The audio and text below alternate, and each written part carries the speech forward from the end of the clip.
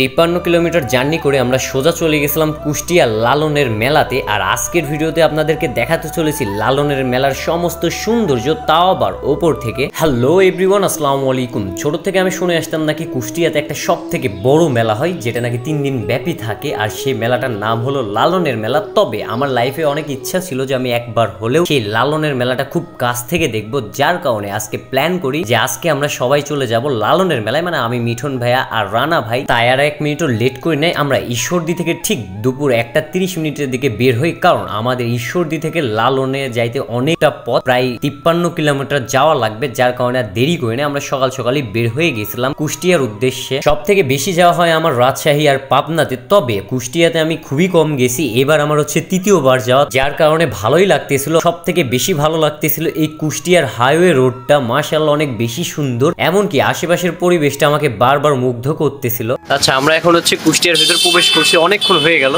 But ভাবলাম যে অনেক দূর থেকে জার্নি করে আসছি, একটু রেস্ট নিব আগে 5 মিনিট, কারণ অনেক দূরের রাস্তা ভাই। আমাদের বাসা থেকে কুষ্টিয়া কিন্তু 53 কিলোমিটার হয়, এখনো প্রায় 10 কিলোমিটার যাওয়া লাগবে। আর একটা কথা বলি, এখানে দাঁড়ানোর কারণ আছে, যে পেছনে যে রাস্তাটা দেখতেছেন অনেক সুন্দর কিন্তু, হ্যাঁ। তো ভাবলাম যে যেহেতু কুষ্টিয়ার ভেতরে প্রবেশ করছি, রাস্তাটাও মাশাআল্লাহ অনেক সুন্দর, এখানকার আমরা ড্রোন ফুটেজ নিব। দেন এখানে আসার পর আমরা শুরুতে আমাদের ড্রোনটাকে ফ্লাই করাই দিই, কারণ এই রাস্তাটা মাশাআল্লাহ আমার সব থেকে বেশি মনে ধরছিল, যার কারণে ভাইয়াকে বললাম। তো ভাইয়াও বললো যে হ্যাঁ আসলে রাস্তাটা কিন্তু অনেকটা সুন্দর, আগে উপরে উঠাই দেখি কেমন লাগে। তো উপরে ওঠার পর দেখলাম যে ভাই পুরা এই কুষ্টিয়া শহরের যে রাস্তাটা পুরাই গর্জিয়াস লাগতেছিল। সব থেকে বেশি ভালো লাগতেছিল ছোট ছোট বিল্ডিং গুলো। আমাদের ফুটেজ নেওয়া শেষ, এখন আমরা কোথায় যাবো?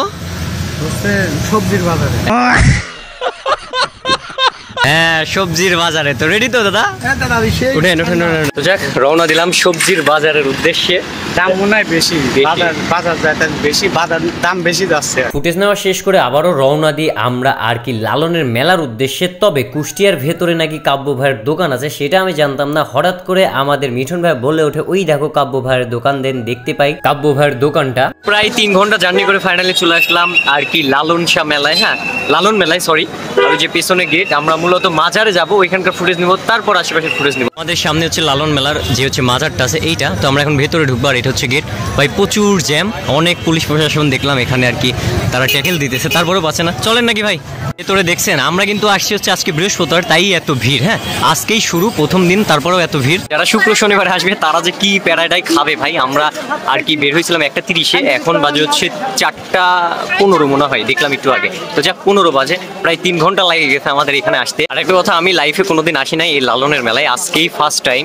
আমার সামনে যেটা দেখতে পাচ্ছেন, এখানেই মূলত হচ্ছে লালনের আর কি কবর আছে, প্লাস এখানে দেখলাম অনেক কবর। কেউ যোগ দিয়েছি লালন ভক্তের ভেতরে, ভাইকে ভালোই বানাইছে, সমস্যা নাই। তো এখন আমরা হচ্ছে ড্রোনটা আর কি সেট আপ দেবো, দিয়ে এইখানকার যে মানে উপর থেকে দেখতে কেমন লাগে ওইটা নেওয়ার ট্রাই করবো। লালন মেলায় আসার পরে যে আমার কিউট ভাইয়ের সাথে দেখা, ভাই মূলত ফটোগ্রাফার, তো এখানে ফটোশুট করে।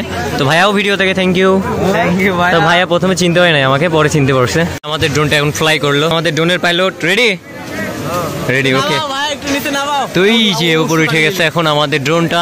অবশেষে আমাদের ড্রোনটা উপর থেকে ফুটেজ নিতে সক্ষম হয়। মূলত আমরা আসছিলাম এই লালনের মেলাটা ঘুরে ফিরে দেখার জন্য, তবে আমার সঠিক জানা নাই এই লালন মেলার ইতিহাস সম্পর্কে, এমনকি এই লালনের ইতিহাস সম্পর্কে, যার কারণে এই ভিডিওর ভেতরে আপনাদেরকে ধারণা দিতে পারছি না যে আসলে কিসের জন্য হয় এই লালন মেলা, এমনকি এই লালন মেলার পেছনে কারণটা কি। তবে আমি রিকোয়েস্ট করতেছি যারা কুষ্টিয়া থেকে আমার ভিডিওটা দেখতেছেন, এমনকি আপনারা যদি জেনে থাকেন এই লালন মেলার হওয়ার পেছনে কারণটা কি, এমনকি এই লালন সম্পর্কে বিস্তারিত যদি আপনারা জেনে থাকেন, অবশ্যই আপনারা কমেন্ট বক্সে জানাবেন যাতে আমি বুঝতে পারি। তবে এখানে আসার পরে দেখলাম যে ভাই প্রচুর আকারের লালন ভক্ত ছিল, এমনকি পা ফেলানোর মতো পরিস্থিতি ছিল না। আমরা যখন গেছিলাম তখন একটু কম মানুষজন ছিল, তবে আস্তে আস্তে দেখলাম যে অনেক মানুষের ভিড় হয়ে যাচ্ছিল, মানে গরমে পুরাটাই অবস্থা খারাপ হয়ে যাচ্ছিল। তার ভেতরেও আমরা চেষ্টা করতেছিলাম ওপর থেকে ফুটেজটা নেওয়ার জন্য। মূলত আমরা চেষ্টা করছি যতটুকু পারি এই লালনের মাজারের সম্পূর্ণ ফুটেজ উপর থেকে দেখানোর আপনাদের মাঝে। অসুস্থ হয়ে পড়ছি, মানে বিশেষ করে এত হাসি আসতেছে।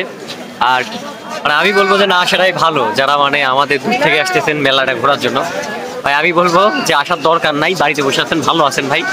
মানে কি বলবো, বলার কিছু নাই। এটা যদি দেখে এখানে সব লালন ভক্তরা আর কি সবাই আসে এখানে আর কি বিশ্রাম টিশ্রাম নেই। মাজারের সাইডটা আমাদের মোটামুটি ঘোরা সারা। এখন আমরা যাবো ওই সাইডে, কারণ ওই সাইডে নাকি মঞ্চ টঞ্চ করা হয়, এখানে নাচ গান। মূলত মেলার মূল আকর্ষণ কিন্তু এদিকে, এদিকে প্রচুর স্টল, হ্যাঁ অনেক খাবারের দোকান মোকান। আমি মনে করি যারা লালন মেলায় আসবেন তারা ওই মাজারের সাইডে না গিয়ে এই সাইডে আসবেন। এই সাইডে কিন্তু অনেক দোকানঘাট, মানে এখানে ভালো একটা পরিবেশ। আজকে কিন্তু মেলা শুরু, মূলত এদিক দিয়ে সব স্টল গুলো আর কি এখন সব বসাইতেছে, এখনো পরিপূর্ণভাবে বসায় নাই। আর এখানে পিটি সেবন করতেছে, আর পেছনে কিন্তু হচ্ছে দেখা যাচ্ছে সবজি সেবন করতেছে। দুইটার ভিতরে পার্থক্য আছে।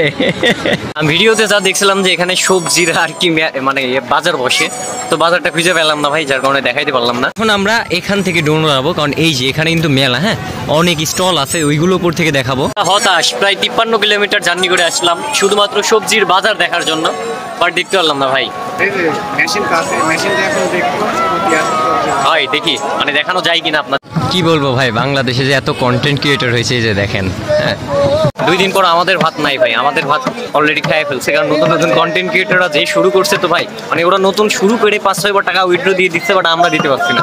মানে বুঝছেন বিষয়টা কোথায় দাঁড়াইতেছে। দেন আমরা আকাশের ড্রোনটাকে ফ্লাই করাই দিই। মূলত আমি আসছিলাম এই লালনের মেলাটা দেখার জন্য, কারণ ছোট থেকে যখনই আমি নদীর ধারে আসতাম বেড়াইতে, নৌকা ভরে ভরে মানুষ যাইতো, আমি অনেককে জিগাইতাম, অনেকেই বলতো যে এরা নাকি লালনের মেলায় যাচ্ছে। আসলে এই লালনের মেলাটা কি সেটা দেখার জন্যই আসা। তো আমি লাইফে কোনোদিন আসছিলাম না, আজকেই ফার্স্ট টাইম। তো যাক, আজকের ভিডিওটা মূলত এই পর্যন্তই ছিল। যদি আমার কোনো ভুল ত্রুটি হয় অবশ্যই ক্ষমার দৃষ্টিতে দেখবেন। সেই পর্যন্ত সবাই ভালো থাকবেন, সুস্থ থাকবেন, নিজের খেয়াল রাখবেন। আল্লাহ হাফেজ।